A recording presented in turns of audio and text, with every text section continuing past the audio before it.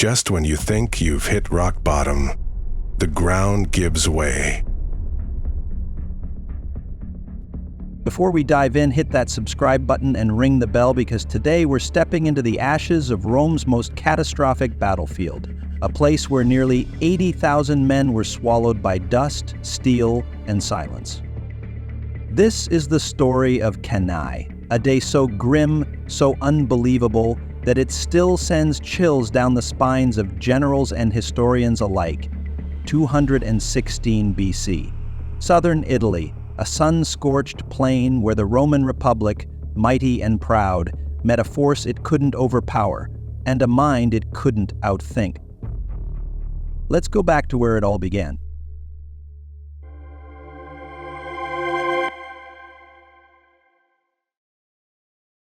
It was a summer soaked in dread. The citizens of Rome were already on edge. Strange omens haunted the city. A rain of stones fell on the Aventine Hill. Lightning struck the Campus Martius, killing several men. In Caere, the earth itself bled. In the Sabine country, statues of the gods wept blood. The message was clear. The gods were angry. Something terrible was coming. And it wasn't just the upper classes who felt it. Even in the bustling marketplaces and along the Tiber's banks, whispers of doom passed from mouth to mouth. Haruspices, Roman diviners, examined the entrails of sacrificial animals and declared them unnatural. Birds flew in erratic, violent patterns. The skies, it was said, glowed red at dusk. The priests of the state religion were summoned repeatedly, offering special prayers and sacrificing bulls to appease Jupiter. Vestal virgins redoubled their vigils, but the signs persisted. The Sibylline books were consulted, a measure only taken in times of grave crisis, and the response was ominous. Rome must beware of disaster born from within. A creeping sense of fatalism took root. It was not just that a great battle was looming, it was that the very fabric of Rome seemed to unravel. For a society so deeply tied to omens, portents, and divine favor, the events of that summer were not coincidences. They were a warning. And it did come. The Second Punic War had already begun to spiral out of control. Hannibal Barca, Carthage's most brilliant general, had achieved the unthinkable. He had marched his multi-ethnic army across the Alps and brought the war to Rome's doorstep. In doing so, he unleashed a series of catastrophic defeats on the Roman military. The battles of Trebia, 218 BC, and Lake Trasimene, 217 BC, had each cost Rome thousands of men. Panic and uncertainty spread through the Senate, as it became clear that Hannibal was not just a general, he was a strategic genius with a deep understanding of Roman psychology. Rome, humiliated and bleeding, attempted to recalibrate.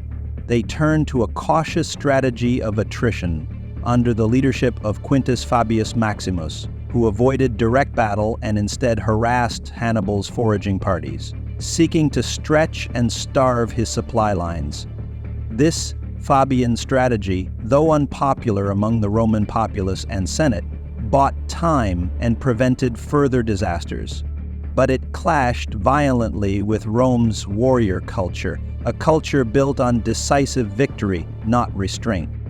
By 216 BC, pressure had mounted within the Republic to strike back with overwhelming force. The Senate responded by raising the largest army in its history, 8 legions, double the usual deployment, along with an equal number of allied units, bringing the total to nearly 90,000 troops. This force was unprecedented, a desperate gamble meant to not only defeat Hannibal, but to crush him outright and end the war. Rome's strategy was rooted in the belief that superior numbers would prevail. Their plan was direct: confront Hannibal in open battle and rely on brute strength to overwhelm his army. This massive force was entrusted to 2 consuls, Lucius Aemilius Paulus and Gaius Terentius Varro. In accordance with Roman tradition, command alternated daily between them, a flaw in unity of leadership that Hannibal would later exploit. But there was more than just military pride at stake. Politically, the Senate feared that continued Carthaginian presence in Italy would encourage defections among Rome's Italic allies. They needed a dramatic, visible victory to reaffirm their dominance and the illusion of invincibility. The Roman high command believed that if they could trap Hannibal in Apulia and annihilate his army, they could not only redeem past losses, but stabilize their entire alliance system. Yet the very elements that made Rome strong, its vast manpower, its rigid military doctrine, its aggressive political culture, also made it vulnerable to a general like Hannibal. In pursuing a conventional path to victory, the Romans were about to walk straight into the jaws of the greatest ambush in ancient history. Hannibal, meanwhile, had seized the supply depot near the village of Cannae, a brilliant move that forced the Romans to respond. The ground was flat, open, perfect for cavalry. Paulus smelled a trap. But on August 2, it was Varro's day to command. The Romans arranged themselves in a massive, dense column of infantry, backed by cavalry on both flanks. The idea was simple: punch through the Carthaginian line with sheer force. Hannibal knew exactly what they would do. He arranged his army like a crescent, with his weakest troops, the Celts and Iberians, in the center. His Libyan veterans were hidden slightly back on the flanks. Numidian cavalry flanked the edges, and Hannibal himself stood at the front. The trap is set. The battle opened with skirmishers and javelins. Then Hannibal's heavy cavalry struck the Roman right. Hasdrubal led the charge, smashing through the Roman horse and driving them from the field. On the opposite flank, Hannibal and the Numidians tangled with Varro's allies, then feigned retreat, a ruse that lured the Romans into disarray before slaughtering them from the rear. But the real trap was unfolding in the center. The Roman infantry, emboldened by their superior numbers and initial success, surged into the Carthaginian center. Hannibal's Celts and Iberians began to fall back deliberately, their crescent formation gradually collapsing inward. To the Romans, it seemed as though the Carthaginian line was breaking. They pressed harder, funneling more and more soldiers into the narrowing pocket, abandoning their cohesion in the process. What they didn't see was the movement on the wings. The Libyan infantry, Hannibal's most experienced and disciplined troops, had remained hidden in reserve, slightly behind the retreating center. At the perfect moment, as the Romans poured into the breach, the Libyans pivoted inward from both flanks in a synchronized movement. The Carthaginian line, which had appeared to give way, now became a vice.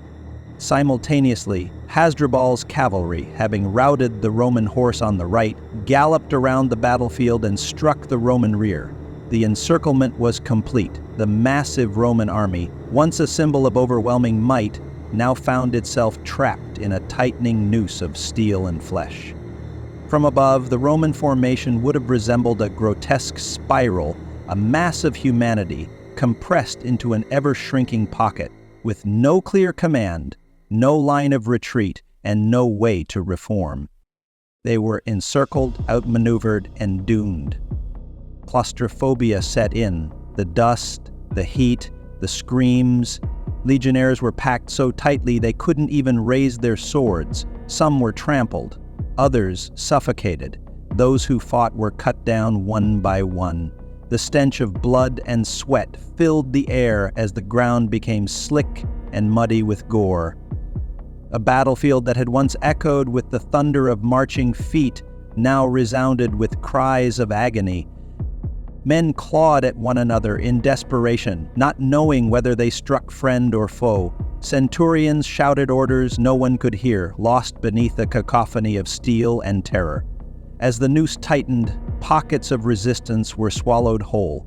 The Libyan infantry advanced in a steady, brutal rhythm, cutting down soldiers like wheat before the scythe. Livy describes men digging holes to bury their heads and suffocate themselves rather than die by the blade. One Numidian was found still alive, his nose and ears bitten off, the final act of a dying Roman soldier who had no weapons left but his teeth. This was not war. This was annihilation. Bodies piled upon bodies. Horses screamed and collapsed under the weight of falling riders. The Roman camp, once a place of order and structure, became a pen of chaos. Some soldiers fell to their knees, praying to Jupiter or Mars. Others simply ran, only to be cut down by Carthaginian cavalry encircling the rear. By sundown, the plain at Cannae was unrecognizable, a vast graveyard soaked in blood. Of the 86,000 Roman and allied troops who entered the battle, only a few thousand escaped. Up to 70,000 were killed. Rome lost a consul, 2 former consuls, 80 senators, and hundreds of officers. It wasn't just a defeat, it was a massacre. The Republic had never seen such loss. Aftermath. Rome in crisis. When news of Cannae reached Rome, it was as if the very air had been sucked out of the city. Grief turned to despair and despair to chaos. Shops closed, temples were flooded with weeping crowds, families wept openly in the streets. The Senate feared the city itself might fall. In a society built on the myth of Roman invincibility, the scale of the loss was not just military, it was existential. Never before had so many Roman citizens perished in a single day. Nearly 1/3 of the Senate had been wiped out. Hundreds of noble families were left without heirs. The trauma ran deep, and Rome teetered on the edge of collapse. Panic gave rise to ancient rituals. The Romans, desperate for divine favor, revived religious ceremonies that had long been abandoned. According to Livy, even human sacrifices were performed. 2 Greeks and 2 Gauls were buried alive beneath the Forum Boarium, a grim echo of Rome's archaic past. For a moment, the Republic looked backward in fear rather than forward in resolve. But Rome was not finished. The surviving consul, Varro, returned not to disgrace, but to gratitude. The Senate praised him simply for not having despaired of the Republic, and from this moment of darkness, Rome began to claw its way back. The city was fortified, emergency levies were called, slaves were offered freedom in exchange for military service. Even criminals and debtors were recruited into hastily formed legions. In one of the most striking acts of resilience in history, Rome reorganized its military structure, trained new officers, and swore never again to fight on Hannibal's terms. And most importantly, they refused to negotiate. When Hannibal sent envoys to offer peace, Rome did not even grant them an audience. There would be no surrender, no compromise, no Carthaginian terms. The Republic would fight to the last citizen if necessary. Meanwhile, Hannibal, victorious but undersupplied, lingered in southern Italy. His famed cavalry commander, Hannibal, urged him to march immediately on Rome, believing that the war could end in a matter of days. But Hannibal hesitated, whether due to strategic caution, logistical challenges, or a misreading of Roman will. He did not press the advantage. Hannibal's rebuke became legend. You know how to win a victory, Hannibal, but not how to use it. It was a critical turning point, because while Cannae was Hannibal's greatest triumph, it was also the high water mark of his campaign. Rome would rise again, hardened, transformed, and vowing revenge. So why does Cannae still matter? Because it wasn't just a battle, it was a masterclass in strategy. Hannibal's double-envelopment is still studied in military academies. The German Schlieffen Plan in World War I was inspired by Cannae. So were modern US tank tactics. But more than that, it was a moment when Rome should have fallen. Any other republic might have crumbled, but Rome endured. Cannae didn't break Rome, it forged it. In the end, the Battle of Cannae is more than ancient history. It's a story about hubris, genius, loss, and resilience. Rome bled that day, yes, but it also became something greater. If you found this as fascinating as we did, hit that like button and subscribe to the channel. Don't forget to turn on notifications so you don't miss part 2, where we explore the aftermath of Cannae, Rome's rise from the ashes, and the eventual reckoning between Hannibal and Scipio Africanus. Thanks for watching. Stay curious, and remember, history isn't just about the past, it's about how we choose to understand it today.